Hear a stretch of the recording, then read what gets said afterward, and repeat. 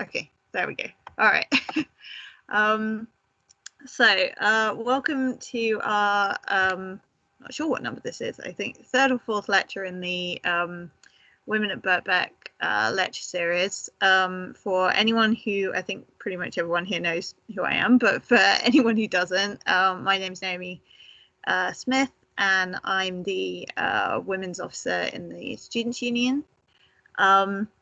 And I'm very pleased to welcome Anna Richards to talk to us today. Anna is a lecturer in Birkbeck's Department of Culture and Languages, and is going to deliver a lecture titled Women, Animals and the Novel, Sentimentality, Maternity or Intersectionality. Before we get started, as I said, we are recording, so feel free to leave your camera and microphone turned off if you want to. Once Anna has finished delivering her lecture, we can do a Q&A afterwards. If you want to be thinking about any questions while Anna's talking, please do. And yeah, welcome Anna. Thank you for coming. Thank you very much. Thank you, Naomi. That's lovely. And thanks for asking me to speak. I think it's great that you're doing this series. Really great. I think I told you in an email I was women's officer at my college a long time ago, and I wish I'd done something like this. Anyway, okay, so the first slide on the screen that you can see, I just want to explain a little bit about it. That woman in the picture is a woman called Karen Duve. She's a German feminist novelist and an animal rights activist, and it's a novel by her that I'm going to talk about a bit later in the talk.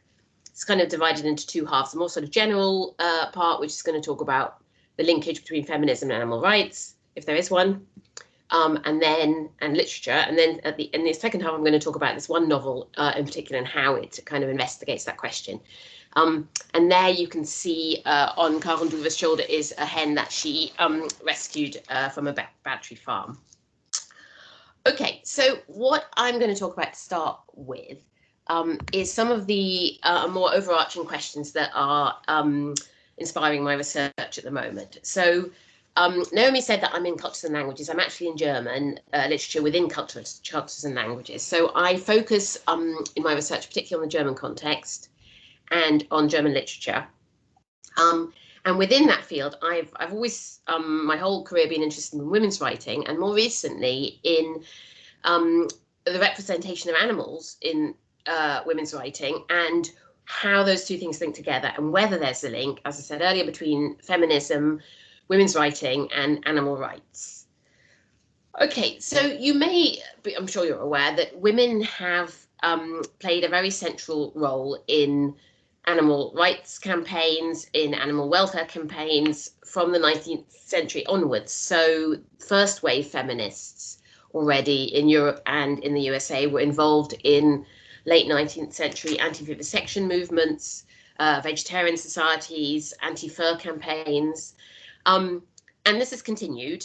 Some of the high points I've just put briefly there on the screen. In the 1970s, for example, within ecofeminism, the kind of critique of environmental abuse that ecofeminists concentrated on also included the abuse of non-human animals.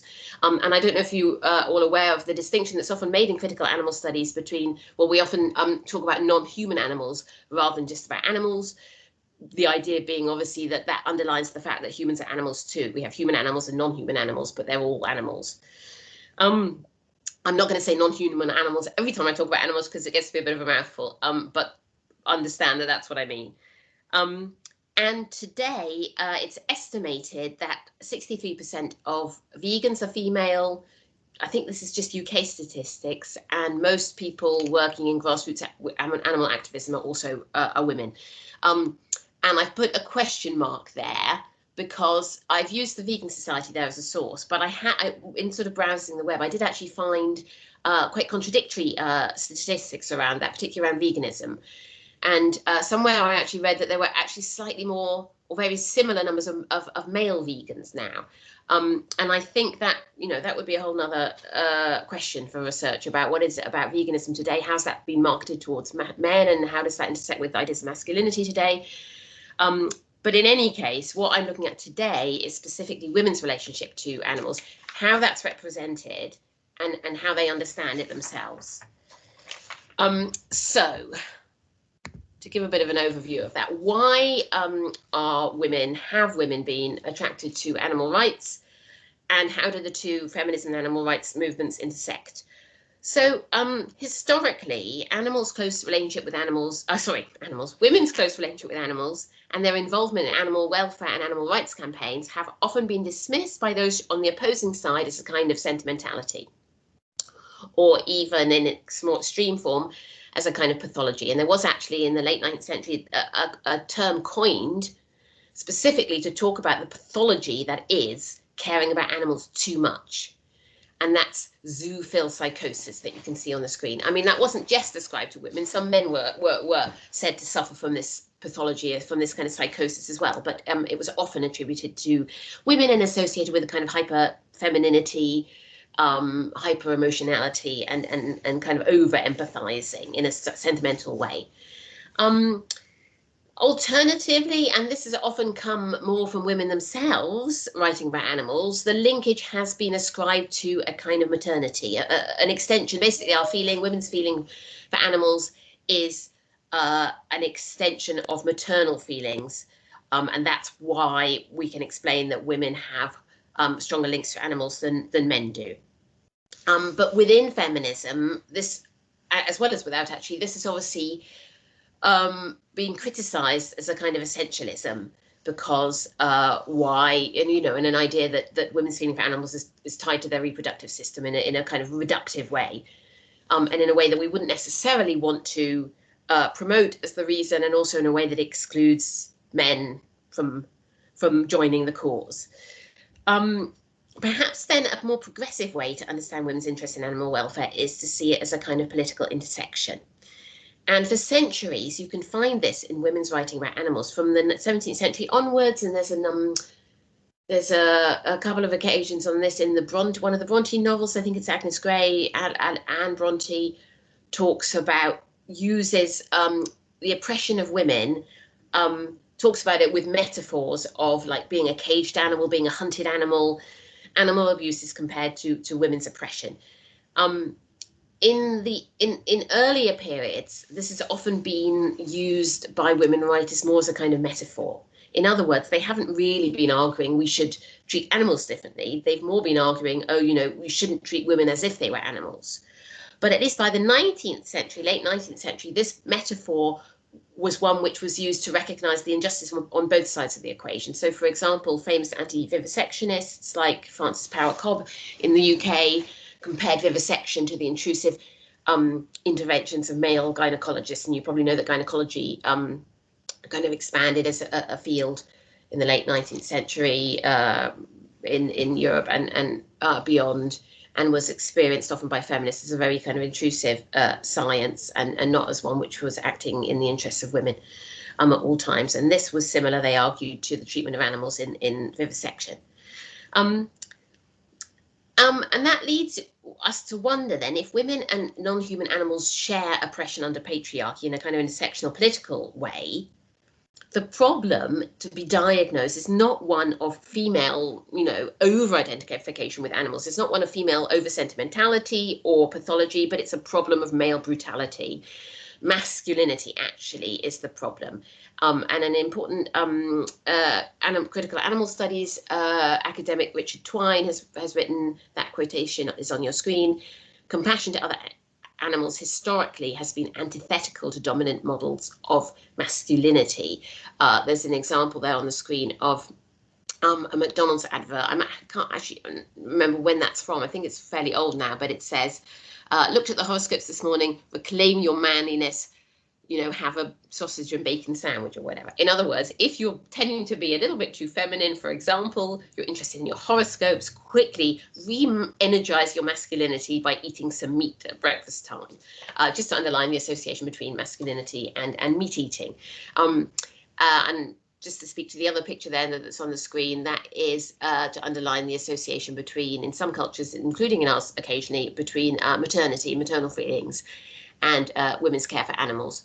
There's a tribe in northern India in which it's quite normal for women to breastfeed animals and baby goats, as well as their own children. Okay, so that's just to set out what I mentioned earlier. The plan of this lecture is going to be a brief history of women's involvement in animal welfare and animal rights organisations since the 1970s. And then I'm going to specifically talk about one novel, a novel by Karen Duva called Regenroman, translated into English as Rain. And that's the cover of it that you can see on the screen with the lovely frog picture. Okay, so I want to spend a little bit of time talking about ecofeminism, which I mentioned earlier, because this is when women's relationship with animals and the association between feminism and animal rights came to be much more theorized than it had been before. So we find from the early 1960s onwards, of course, the beginning of what we would now call the modern environmental movement, when there was growing protest against the effects of man-made technology on the environment and on animals. They were included in the kind of environmental understanding of the environment. And people often read, of course, as the foundational text of the modern environmental movement, Silent Spring, 1962, by Rachel Carson. And then these theories about environmental abuse and its association with patriarchy and with kind of masculine advance in technology was developed by ecofeminists from the 1970s onwards into a theory of intersectional patriarchal oppression, which exposed the connections not just between environmentalism and patriarchy, but also between with sexism, colonialism, racism, and speciesism, which is the key word here, discrimination against creatures, living beings on the basis of their species. The main kind of opposition which ecofeminists argued underlied modern patriarchy was the opposition between masculinity, which was associated with values like rationality, science, culture on the one hand, and women on the other, who were associated with the body, with nature, with emotion. And ecofeminist argues that the process in Western society of masculine maturation, in other words, how you become a man growing up in Western society, is to reject all these qualities that are on the other side of the equation, to reject the maternal, the feminine, the emotional, to reject the body, to dominate nature, and other qualities associated with them, including non-human animals. Carol J. Adams, for example, one of the most famous animal ecofeminists, wrote a book which you may have heard of called The Sexual Politics of Meat, published in 1990. And she argues, and I haven't gone into much detail there, but do read it if you're interested. She sets out a much more interesting and nuanced argument than I can give here. But the fundamental tenet of that book is that meat eating is associated in our society with status, with virility, with masculinity, and that the oppression of animals shares many kind of structural elements with the oppression of women. So that would reinforce what we saw earlier with that McDonald's advert, that masculinity is associated with the killing and the consumption of animals. As I said earlier, it may well be that is beginning to be questioned, I think, today. And you see a lot of marketing of veganism towards men. I can't remember what they're called, but my partner actually has one. There's some two young guys, Bosch or somebody, who've written this book on veganism and vegan recipes, and they're very they're quite masculine looking, and they sort of devise recipes which look quite masculine. I think it's not all about lentils, it's about kind of burgers and, I don't know. I haven't really read it in detail, but I think there is certainly something to say about the association today between masculinity and veganism as well. But that's still a minority a field, I would argue, or a minority phenomenon. So typically we have associated masculinity with meat eating. And animal ecofeminists relied on the idea of a feminist care aesthetic, which was developed in the 1970s onwards to theorize women's relationship with animals. So a feminist care ethic argues that in our understanding of morality, we shouldn't rely on ideas like autonomy, justice, rights, which they would argue are sort of masculine ideas, but that we should privilege emotion, ideas of emotion, attachment, responsibility to one another, and that this is a typically female way of relating to others. And then they applied this to animals specifically, and Josephine Donovan, for example, writes, and that quotation's on the screen, out of a women's relational culture of caring and attentive love emerges the basis for a feminist ethic for the treatment of animals. And often within ecofeminism, we do find references to this being a specifically maternal kind of love. And that, of course, as I said earlier, is something that has been questioned and criticised within the movement.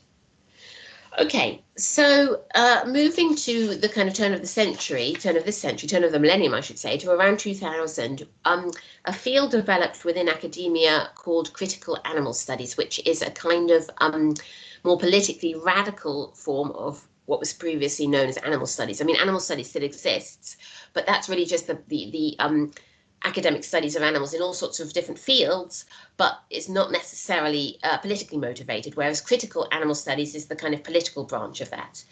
It's a multidisciplinary field, so it will, there are critical animal studies people working in science, in the sciences obviously, but also in literature, in law, in history, and so on and so on.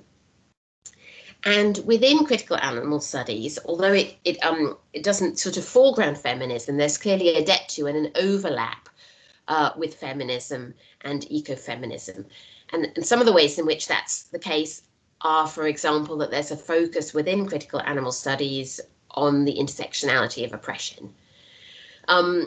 There's also a challenge to the oppressive binary oppositions that we talked about earlier that were highlighted by ecofeminists in the 1970s. So obviously man, woman, human, animal as well, which value one term over the other, and an attempt within critical animal studies to interrogate or deconstruct this boundary between the human and the animal. And I referred earlier to the fact that in order partly to do that, people within critical animal studies will often refer to everybody as an animal. Some of them happen to be human, some of them happen to be non-human, but we're all animals. And that's an attempt, obviously, to deconstruct this absolute boundary between the animal on the one hand and the human on the other. And this, it's been argued, is something which links or brings critical animal studies closer to feminism, because feminism, of course, also challenges the idea of a unified dominant human category and has deconstructed that with reference to the fact that tends to privilege men, and sort of implicit within that is the idea that it's a particular kind of human that we are talking about when we talk about dominant human beings, i.e. a privileged white male, heterosexual, etc., male human being. So Rosie Braidotti writes, for example, becoming animal, minoritarian speaks to my feminist self, partly because my sex, historically speaking, never made it into full humanity, so my allegiance to that category is at best negotiable and never to be taken for granted. Okay, moving on. So I wonder, it would be interesting perhaps for you to tell me afterwards, whether when I've been talking about these links between feminism and animal studies, what kind of feelings that's brought up in you. Have you guys been thinking, oh yeah, I completely can see that, I agree with that, I'm on side with that, or are you is there a part of you that's thinking, hang on, I don't really align my own feminism with animal rights, I don't want to align my own feminism with animal rights, and if you are thinking that, why are you thinking that? And certainly there has been critique of the analogizing, if you like, of the bringing together of these two fields of study. And I want to talk about what they are for a moment here. So it's been argued, for example, that there are risks for feminism in linking the two causes together. Hang on, I need to drink, my mouth's getting dry. I mentioned earlier the fact that when we talk about women's feeling for animals being rooted in a kind of maternity, that is perpetuating reductive and possibly essentialist stereotypes about women. Ideas, of course, that feminism tries to avoid. And in the past, the association of women with animals has been used not to better the lot of animals, but to degrade women, or to argue that women are a lesser class than than men. And so it's not unusual, I think, or surprising that some feminists kind of bridle at the idea that, you know, we're kind of in the same boat as animals. We want to raise ourselves above animals. We want to be seen as entirely, fully human, perhaps rational, and not and sharing the category of full humanity with men, rather than, sorry, I keep getting things to come up on my screen, rather than being downgraded to the status of animals. That may be one reason why feminists have objected to this comparison. Other feminists have argued, and I have a lot of sympathy with this view, that, you know, hang on, why do we as women want another moral burden placed on our shoulders? Why do we kind of have to be the caregivers of everybody, including now animals as well? Another thing that we have to do, whereas surely feminism should center women, should really only be concerned with women, and not having to be look out for everybody else, which somehow bringing animals under this sort of intersectional umbrella might suggest we need to be doing. What about for animals? Well, animal rights campaigners might argue that if we're arguing that feminism shares the same kind of political ends as animal rights discourses, this is actually minimizing the suffering of animals, because you shouldn't be arguing that what women have to suffer is anything like the same as what animals have to suffer in Western society. So you don't find cages full of women, who are being bred in their millions just to be slaughtered in however many months. And so that the analogy with feminism is minimizing of the plight of animals. And people from both sides of the equation, if indeed they see themselves as separate, might argue that to compare these two things runs the risk of ignoring the differences between the two and instrumentalizing one side of the equation in the service of the other. Okay, so we will bear those things in mind when we look at the linkage of the two in the novel that I'm going to discuss. Okay, so as I said earlier, I focus in my research, I have a background in women's literature, not in politics or even in feminist theory specifically. And so I'm interested specifically in the role of fiction in animal advocacy, as I always have been in the role of fiction in feminism.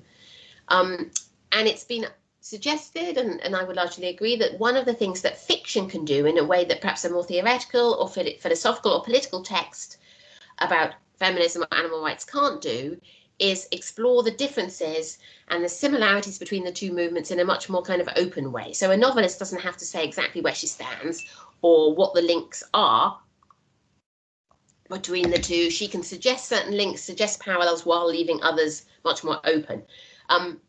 Fiction can also explore animals' lives and imagine them, give them a voice in a kind of imaginative way that a philosophical or political text perhaps can't, because of course a writer doesn't have to write about reality. She's imagining things. She's thinking her way into another world. Of course, you know, the burden of someone trying to talk about animals' perspective is that we're speaking on behalf of animals, we're speaking for animals, and none of us human beings actually knows what, you know, the perspective of an animal is. In order to do that, we have to use our imaginations, and that, of course, is the realm of fiction.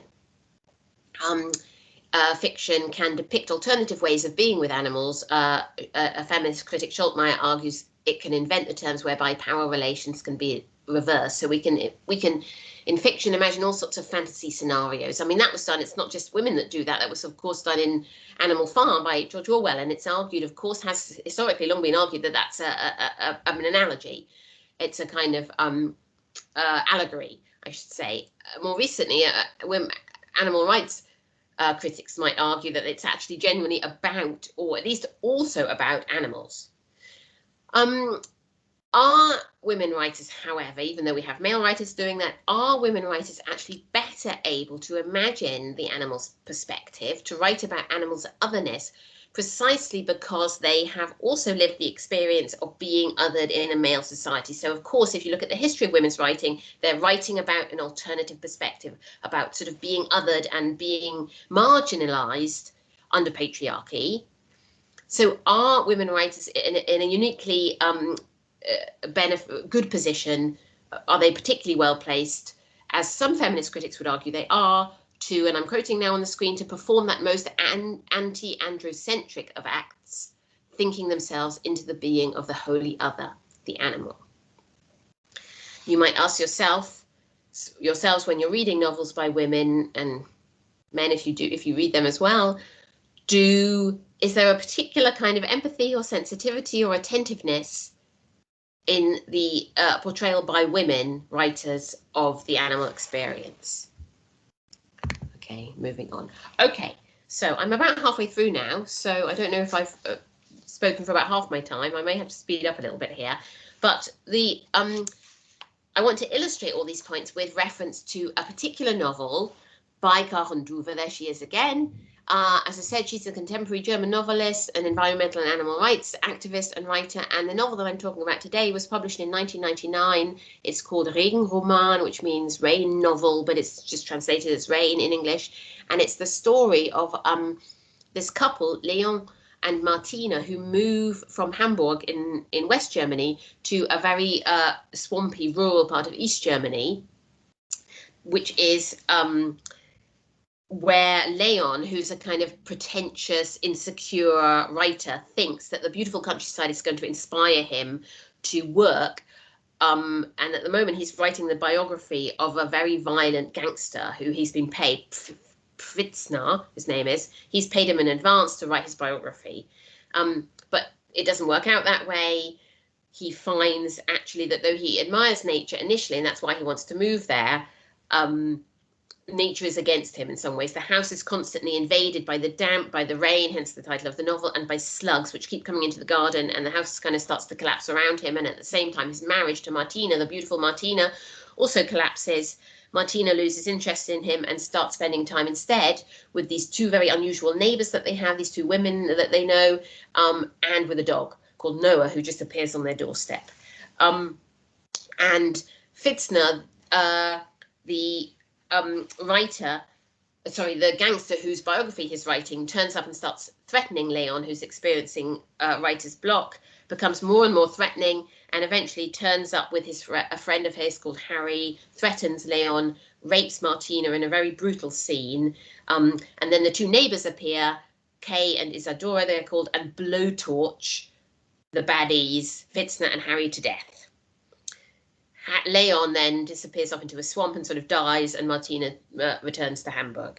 That's a very, very quick summary of the action in the novel. It's not really the action that we're so interested in here. It's more the way that the novel challenges accepted ideas about animals and nature, and specifically links them to feminism. So let me move on there. Okay. So first of all, in the novel, there's a sustained challenge to the Western philosophical tradition of, which I've referred to earlier, of there being an absolute and kind of hierarchical dualism distinction between, on the one hand, the human, and on the other hand, the animal. And Duvet does this by suggesting that the boundary between them is much less fixed than we might assume. To start with, by describing animals as human beings continually with animal metaphors. And you see that already in the name of the main human character, Leon, which means, of course, lion. And the human characters in the book tend to respond and react and behave in very sort of animal-like, in quotation marks, ways. They have very simplistic motivations and responses. They're motivated by hunger, fear, physical comfort and discomfort, aggression, sexual desire. Conversely, the animals in the novel are very human-like.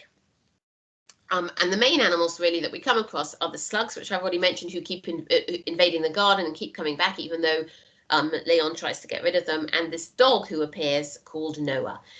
And these animals display much more than the human characters in the book, many of the qualities that traditionally have been associated more with the human than with the animal, qualities like selflessness, dignity, and honor. The slugs, for example, refuse to be defeated, keep coming back, and one critic has described them as the most heroic figures in the novel. In particular, however, it's this canine character, Noah, who embodies a lot of kind of positively human characteristics. So his name already, if Leon, the human character, has an animal name, Noah has a human name, and not the name of any human, the name of a biblical character. figure, I should say. And he shows himself to be morally superior to most of the human characters. He's much more protective, for example, of Martina when she's threatened by Harry and when she's raped by Harry than Leon is. He's very intelligent. He knows his way around, and he generally sort of is presented as a much more worthier character than the human beings in the book. I'm going to skip over, I'm realizing that time is carrying on, so I'm going to skip over a few things here, but it's interesting that Druva doesn't reinforce the kind of power asymmetry which we typically find in human relationships with what people call pets, a kind of commodification, that Noah is not owned, he's not bought or owned by Martina and Leon. He just appears out of the blue on his own one day. He chooses what he wants to do within their family. He chooses whether he wants to accept their affection. He disappears off at the end, and there's no kind of narrative of omniscience about where he's gone. He seems to have a sort of independence that is not fully explained or explored by the novel. So we have to some extent a kind of reversal of human-animal power relations. And again, I'm going to summarize a little bit here, but there's a slide there that you can come back to if you want to, whereby I'm going to suggest that there's something as well about the structure of the novel that reinforces an animal perspective. So traditionally, of course, in the novel, if you read many novels, and particularly if you read 20th and pre-20th century novels, you'll know that the classic novel has an overarching human perspective and typically an omniscient narrator. In Druva's novel, we have many different narrative perspectives, and there's no one sort of overarching omniscient narrative perspective.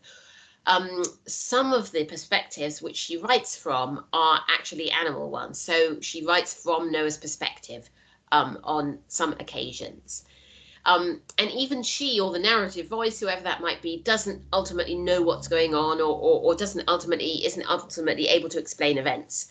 So there's little, if you look on the screen, there's a quotation there, little of the humanistic self-awareness of the autobiographical subject, or the pompous and peculiarly masculine exceptionalism of the Western subject. That's Anat Pick, a famous, well-known critical animal studies author who has coined those terms.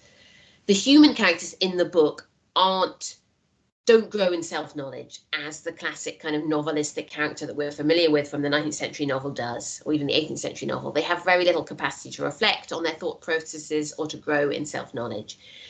The most significant character development, human character development within the novel, in fact, is a negative one, which is that of Leon, who seems to have the sort of, rather than becoming more sovereign, more knowledgeable, more insightful, has the opposite kind of character progression. After Martina leaves him, he becomes more and more like a slug in the negative sense of the word. He sort of lies on the sofa, doesn't move, and eventually sort of crawls off the sofa into a swamp and sort of grunts and dies in the swamp.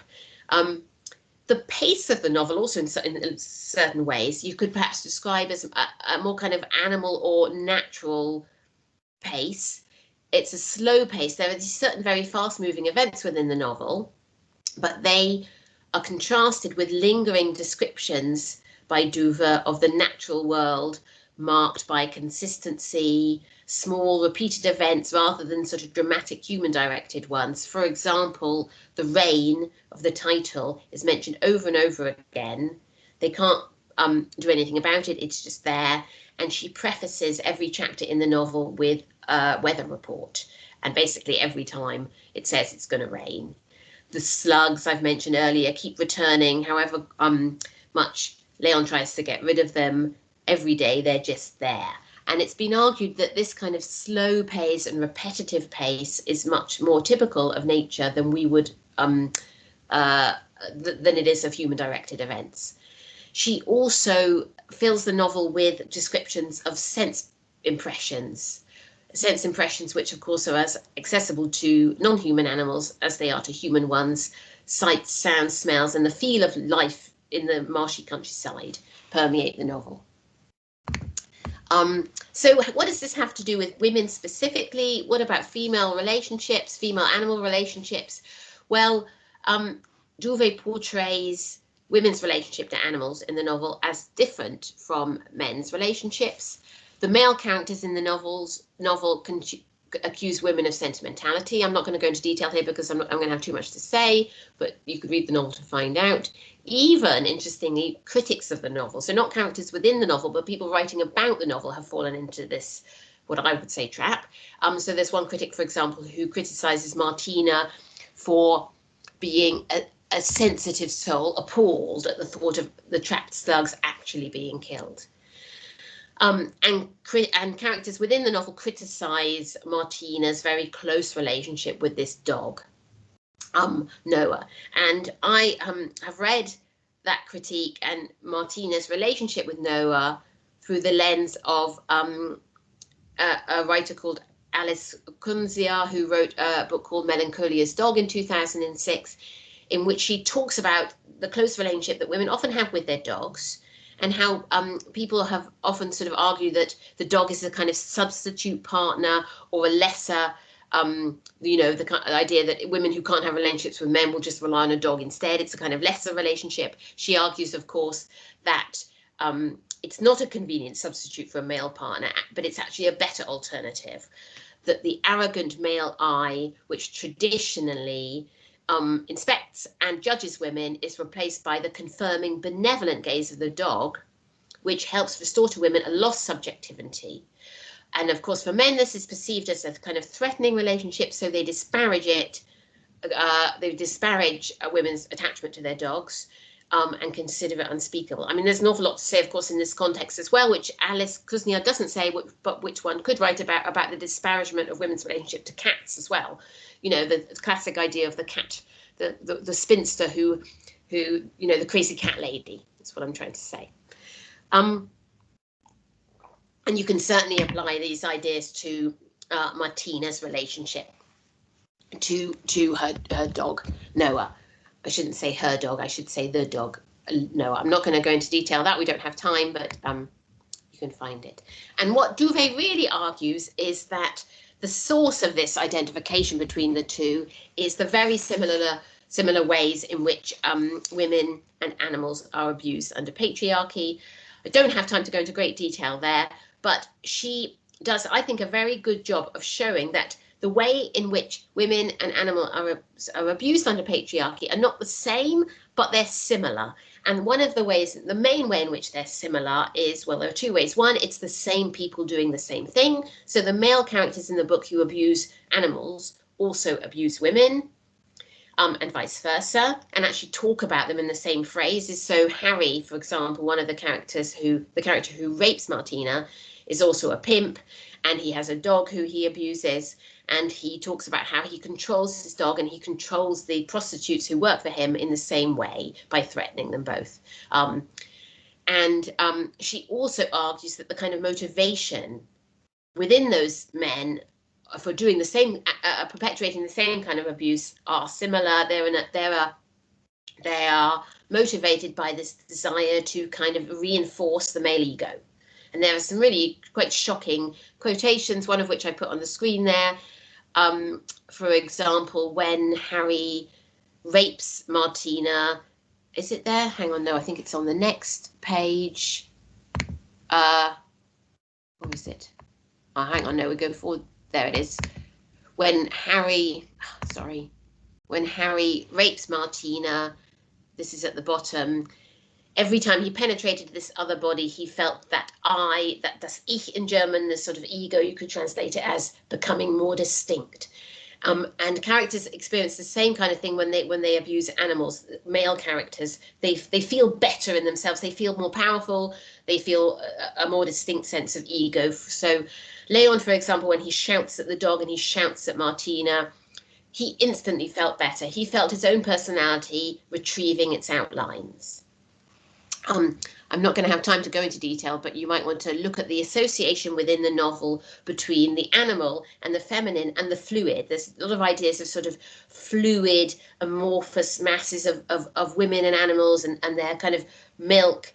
And there's a kind of salamander in the garden that has this disgusting fluid, the slug, there's one of the female characters is described that Isadora, the neighbor, is very, very fat, and the narrative voice dwells a lot on the way her body still sort of seems to expand in the same way that the swampy nature around them does. And this, of course, is something then that the male characters have a lot of difficulty coming to terms with and want to reject, and want to control.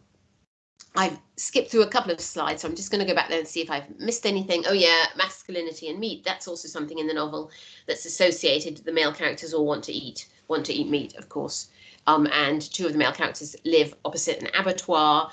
And there's a lot of, when they have a kind of bachelor pad, they bring women back there, and the air smells of meat all the time, and they can see the animals being transported to the abattoir through the window.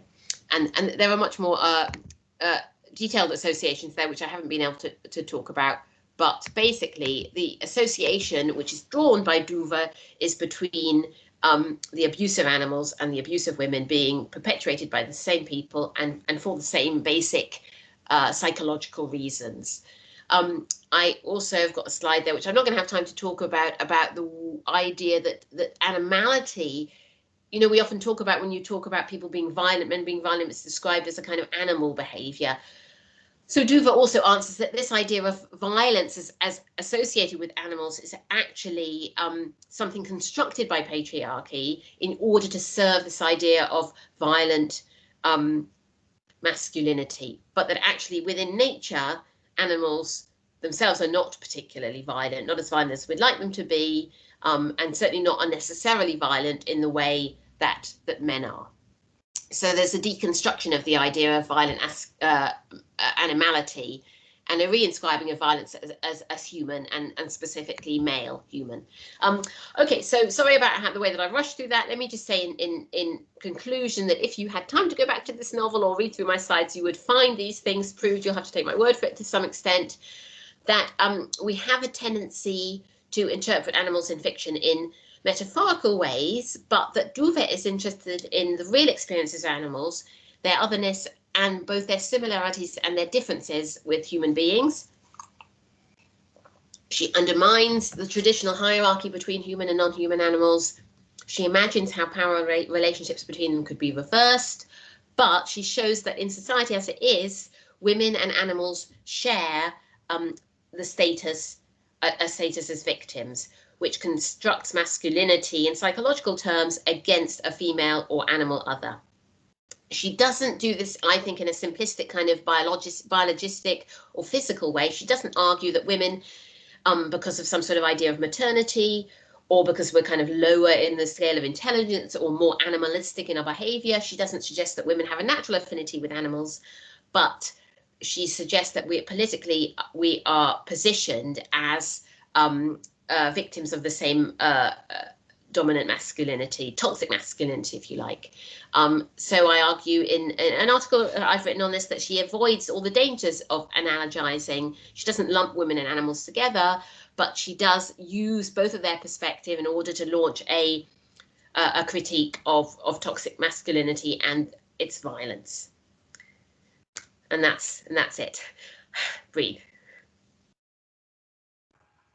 Thank you so much, Anna. Absolutely fascinating.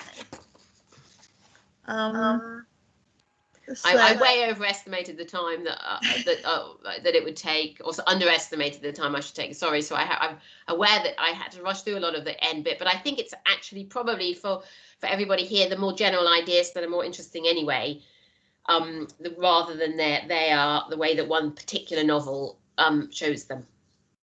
Sure. So we've got, on that note, we've got about 10 minutes for questions. If anyone has any, feel free to put your hand up, unmute. There's not that many of us, so if you just want to go ahead and shout out, that's fine. Otherwise, I do have a couple of questions or reflections that I can go ahead with. I'm also gonna stop the recording at this point.